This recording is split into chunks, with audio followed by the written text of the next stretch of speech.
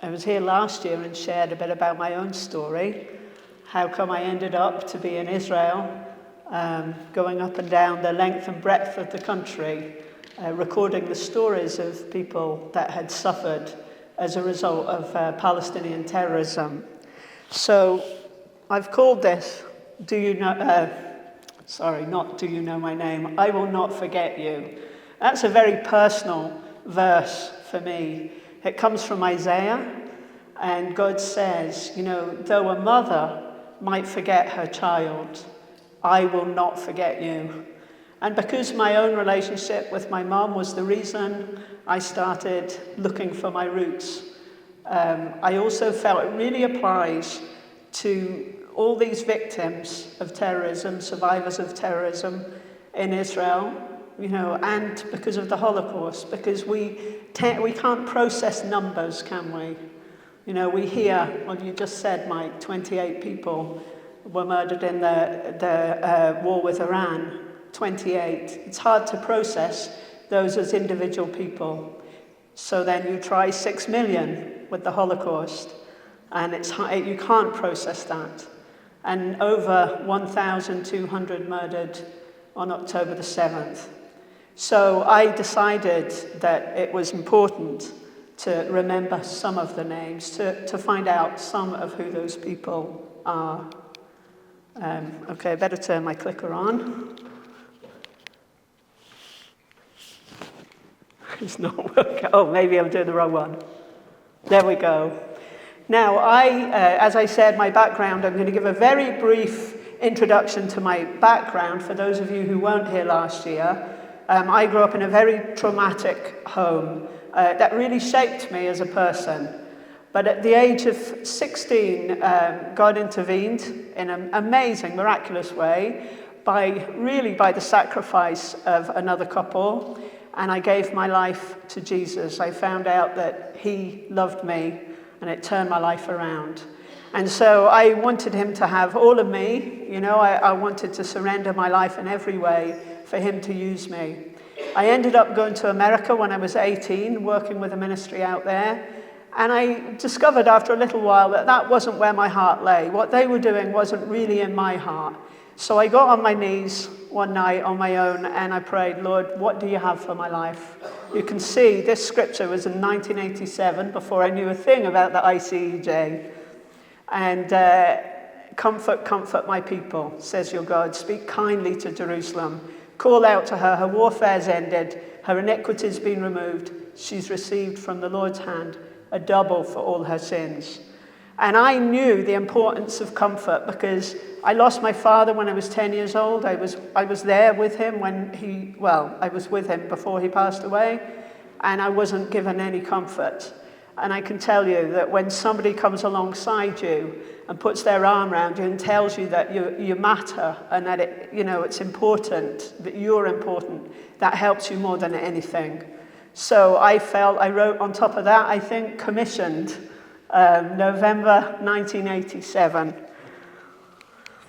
Now, in 2014, my mother, she's in the middle, passed away. I had done my best to build a relationship with her. It was very difficult. My mum didn't know who she was, where she'd come from. It turns out she was the only Jewish baby, as far as they know, that was abandoned, or not abandoned, but hidden in the United Kingdom. In 1943, her mom had escaped from Poland. Previously, mom didn't really know any of this. And she joined the Polish army under British command, found out she was expecting her first and only child, and put her in a baby's home, saying she would return and collect her after the war. She didn't give any information about who she was, and mom was never picked up. She said she was left behind like a lost luggage parcel. And she carried that sense of abandonment and not knowing where she came from and who she was for all of her life. She did trace her parents very briefly in the early 60s. And it turned out that her mom never told her she was Jewish, but she told her that her brother had been murdered by the Germans, and her family had been destroyed, basically. Now, in 2014, I knew none of that really, and I decided I'm going to find out what happened. And through a Jewish genealogist who comes from Glasgow, Michael Tobias, he located my grandmother, her records, and he wrote to me and he said, Jenny, you do realize this means you're Jewish. My grandmother was fully Jewish. She came from the Jewish community in Stry, which is now in Ukraine. And when he wrote to me and said that, I thought it was pretty cool. You know, I'm a Christian, and all of a sudden now I can trace my heritage back to Abraham. But I was more interested in repairing this relationship with my mom, even though she was gone. I had no real comprehension of how this was actually going to really change my life in every way. So I began searching through records. Mom had nobody, absolutely nobody that she was related to. And that, you know, I read the Yizka pages from Stry, which are the pages of memorial by the Jews that survived the massacre in Stry. There were over 12,000 Jews in the town of Stry, where my grandmother came from. I think there were 100, maybe, that survived, my grandmother being one of them. I couldn't read these pages without taking breaks, big breaks in between. And then I began to learn about the Holocaust by bullets. You know, I knew about the Holocaust in terms of the gas chambers, a little bit that I'd learned at school, but I had no idea of the breadth and depth of the Holocaust. And when it becomes personal, because these are your relatives, suddenly you start to ask, you know, questions. The question I asked was, what happened to those who survived? And are they safe today? Because I thought, as a believer, I assumed that the Jewish people would be safe, that everybody would recognize that what happened in the Holocaust was devastating for the Jewish community and that they would be protected in Israel. Of course, I found out that wasn't the case. Now, just to speak a little bit to this slide, I made a DNA match with my cousin, Alan Rothenberg. My grandmother's name was Rothenberg. He lives in San Francisco. His grandfather and my great-grandfather were brothers. His grandfather survived because he got out of Vienna. My great-grandfather was murdered. I found that out last year. We finally found his records. But Alan opened the door to family members.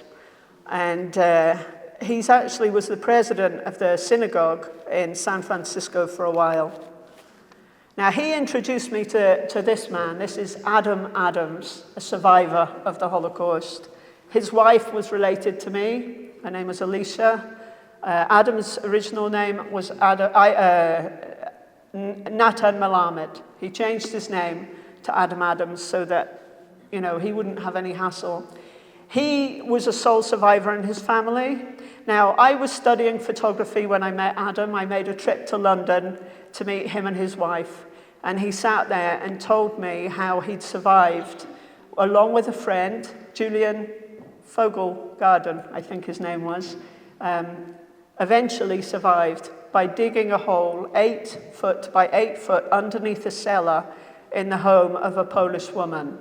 The Polish lady got her St. Bernard dog to sit on the top of this hole. Her husband was a policeman. He was not favorable to the Jews, so she took a massive risk. And Adam and Julian crawled into this dark hole in the earth in only their underwear, and they survived in total darkness for 8 months. And Adam told me all about this, how he'd survived. Now, the only time he showed any real emotion was when he told me he couldn't remember what his sisters' faces looked like. And he didn't have any photographs. And at night time, he was in his 90s, mid-90s, he said he couldn't sleep. He just, over and over in his mind, he was trying to remember his sisters' faces, and he could only remember one sister's hair, he thought. Now, Elie Wiesel said to listen to a witness is to become a witness. And I felt, after speaking to Adam, I had a responsibility in my own generation to be a witness to the things that I'd heard. And I promised Adam I would always tell his story. But I began to learn about Jewish people that were being targeted for being Jewish in my generation.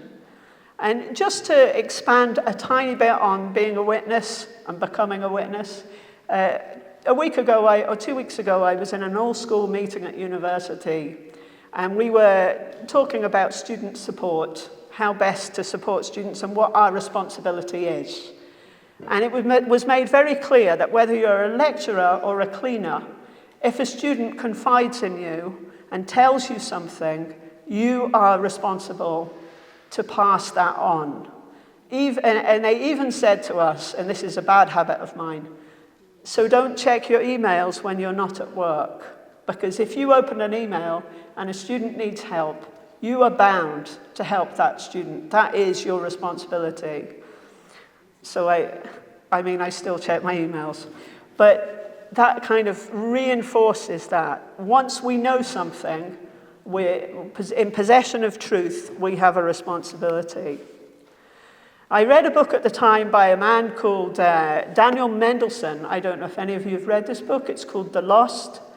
And it's called The Lost, A Search for 6 million. He was an American Jew, didn't really think the Holocaust had affected his family because he was second or third generation.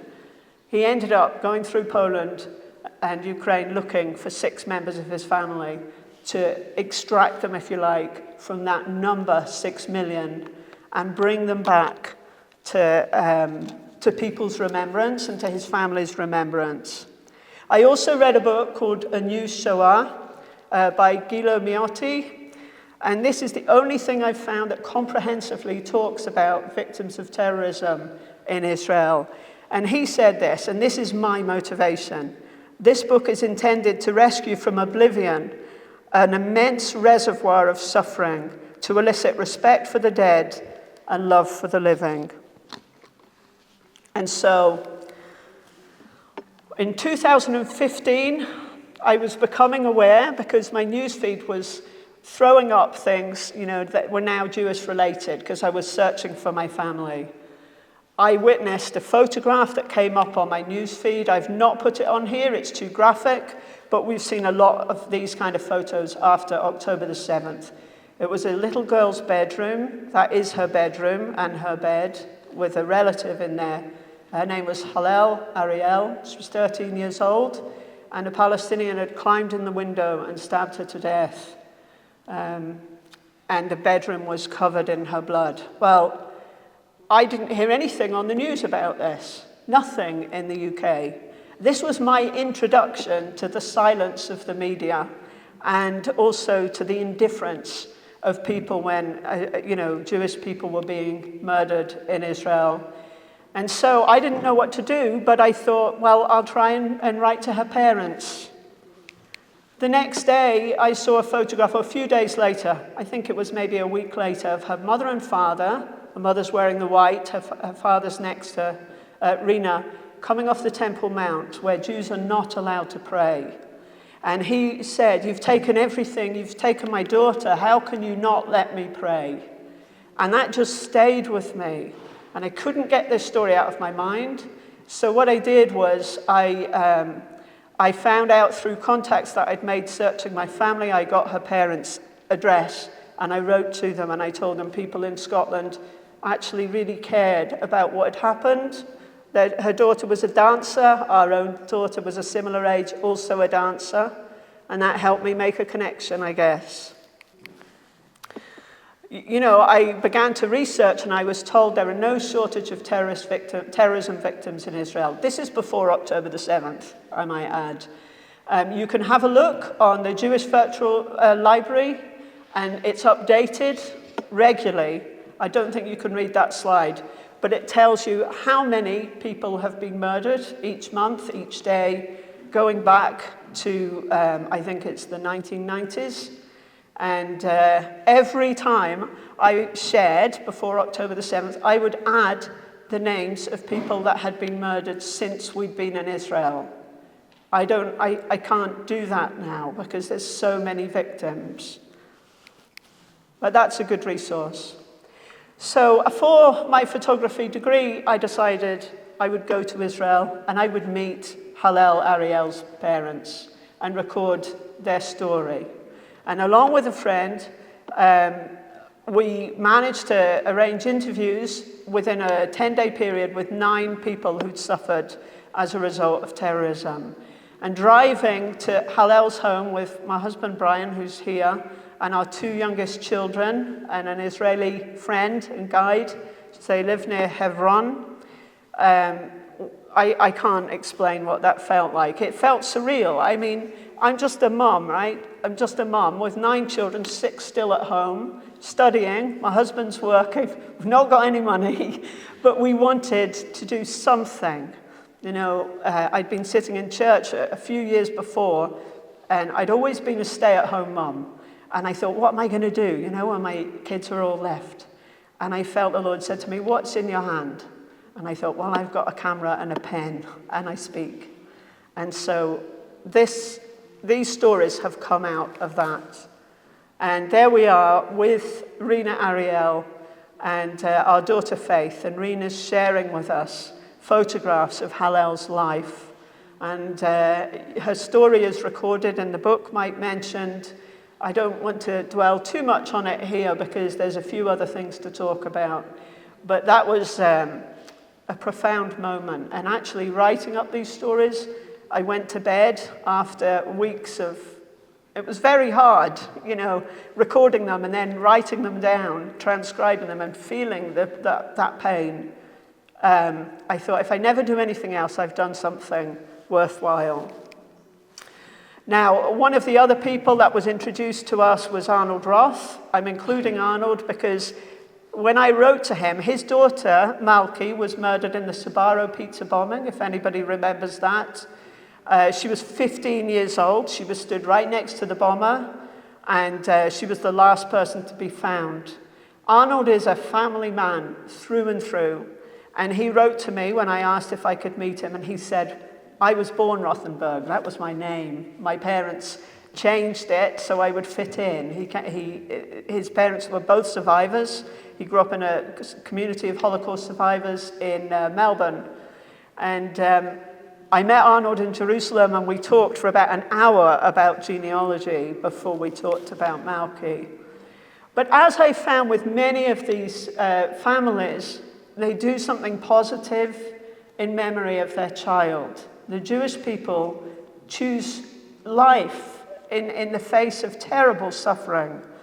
Now, Malky's youngest sister, you can see her there higher, severely disabled, and Malky loved her. So in Malky's name, they set up the Keren Malky Foundation, which supports children throughout Israel to this day, no matter what their background, whether they're Jewish, Druze, Muslim, Christian. If they're severely disabled, am I okay for time? Yeah. If they're severely disabled, they'll support them. And, you know, it's a fantastic organization to support. Now, you've heard this, I'm sure, globalize the Intifada. It's being chanted and shouted across university campuses in America and on these street protests. The Intifada is that Sbarro restaurant bombing that killed Malky. Intifada means murder, the Jews. And I can't imagine how Arnold feels hearing that and knowing the reality. Excuse me. Could you get me a glass of water, Brian? Yeah. Okay, and hearing the reality. Now, it didn't end there for Arnold. On October the 7th, his son-in-law immediately joined up, or he was joined up, he was a reserve. He immediately went to fight in Gaza. Now, Arnold's 2 little granddaughters, you can see them there, were staying with him. We've kept in regular contact with Arnold. And he said, oh, they talked to Daddy on the phone. You can see them talking to their daddy on the phone. They didn't quite understand where their daddy was. But sadly, the day, I think it was the first night of Hanukkah, his son-in-law, Naftali Gordon, was killed in Gaza in a tank. And so Malky's younger sister, Pessie, lost her husband. And thank you very much. Sorry, a little croaky here. That's perfect. So, so Pessie lost her husband, and the family have another massive tragedy to deal with. You can find Arnold on X, if you're on X, this ongoing war. He's got a campaign to bring to justice Alam Tamimi, who was the mastermind behind the bombing. She's a free citizen in Jordan, although there's an extradition order by the United States. Malki was a US citizen. It's never been fulfilled. She's on the FBI's most wanted list. They know where she lives in Jordan, and they don't do anything about it. And so poor Arnold and Frimit, his wife, fight for justice for Malki.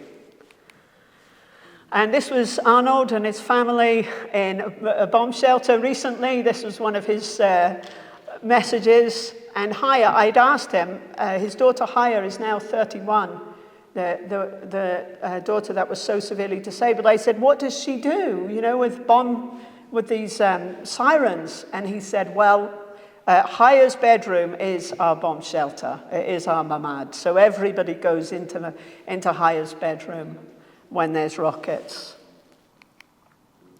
Now, I was introduced to Arnold by Tal Hartouv, Kay Wilson as she was then. I know some of you know her very well.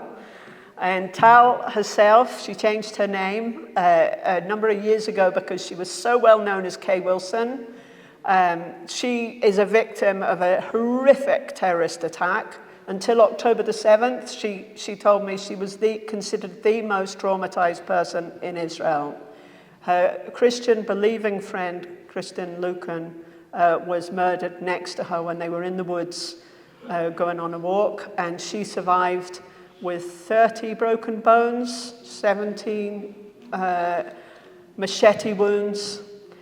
And she, for a while, after I met her, I met her because she was so vocal. She was trying to stop the pay to slay, where the Palestinian Authority was paying people to slay Jewish people. She was trying to get the funding for that stopped. And after a while, she just wanted an anonymity. She just felt that it was too much. She needed to take time out. And she set up her website. You should have a look at it. She's a fantastic artist, photographer, writer. It's called talhartouv.com. The day after that website went live was October the 7th. And Tal came out of, I don't want to say retirement, she never ever would retire, but she decided she would be a voice. And so you can hear her on various different news programs. That's a very recent one when she's spoken about the Iranian missile strike. She's a very good friend, and she was the first person we met with Arnold when we went to Israel right after October the 7th. At that Christmas, we're there on her roof, and there's Brian bird watching with her, photographing birds. So life kind of goes on in the midst of everything. This was one of the images that I took then. Young families, the father's got his gun slung across his shoulder while the children were out for a walk. Now, after October the 7th, the first time we went, we were introduced to Doron Peretz, Rabbi Doron Peretz, whose son had been taken hostage on October the 7th. We met Doron on New Year's Eve, in the closing hours of New Year's Eve, in Yad Binyamin, where he lives. Daniel was missing. They had no information about him. And it was the most profound meeting, I think, we've ever experienced. None of us could speak when we came out. He was obviously in terrible pain. He'd been with the hostage families. So he was a little bit late when he met us, but he was living in the hope that Daniel would be okay. A number of months, 5 months later, it was determined that Daniel had actually been murdered on October the 7th and taken into Gaza, where his body remains. I've recorded his story if you want to know more about it, but another hostage Now, I was speaking to somebody yesterday, I think it was Sue. We were talking about hostages. You know, she prays for 6 hostages. There were so many hostages. You know, sometimes we need to focus. God will make sure there's enough people to pray for every one of those hostages. But after we met Alon's grandparents, ever since then I've been praying for Alon. He is still a hostage. He was taken from the Nova Festival. Eli Sharabi, who was recently released, had been with him. He's severely injured. He's lost the sight in an eye. He's losing the sight in another eye. He's still got shrapnel injuries in his shoulder. He's on his own, as far as we know. And I'm watching the news, 10 living hostages to be released. Is he going to be one of them? We know his family and Adi, they live in the Galilee. His grandparents, they walk for him. They live in hope. They're trying to stay positive. I cannot imagine their pain. So please remember Alon, O-L. Now, just to close, there's nothing you can't do that you can't do if you if you allow God to lead you. The person that has helped me the most is a lady called Tammy Weiss. She's an Orthodox Jew. She has 9 children herself, and she'd originally given me Rena Ariel's number. Ever since then, Tammy and I and Brian and Avi, her husband, have kept in continual contact. And she keeps us up to date with everything that's going on. We wanted to be in Israel in July, but actually, I messaged Tal and says, Tal, we want to come and see you in July. This was the end of June. And she said, oh, Jenny, maybe wait, don't come in July.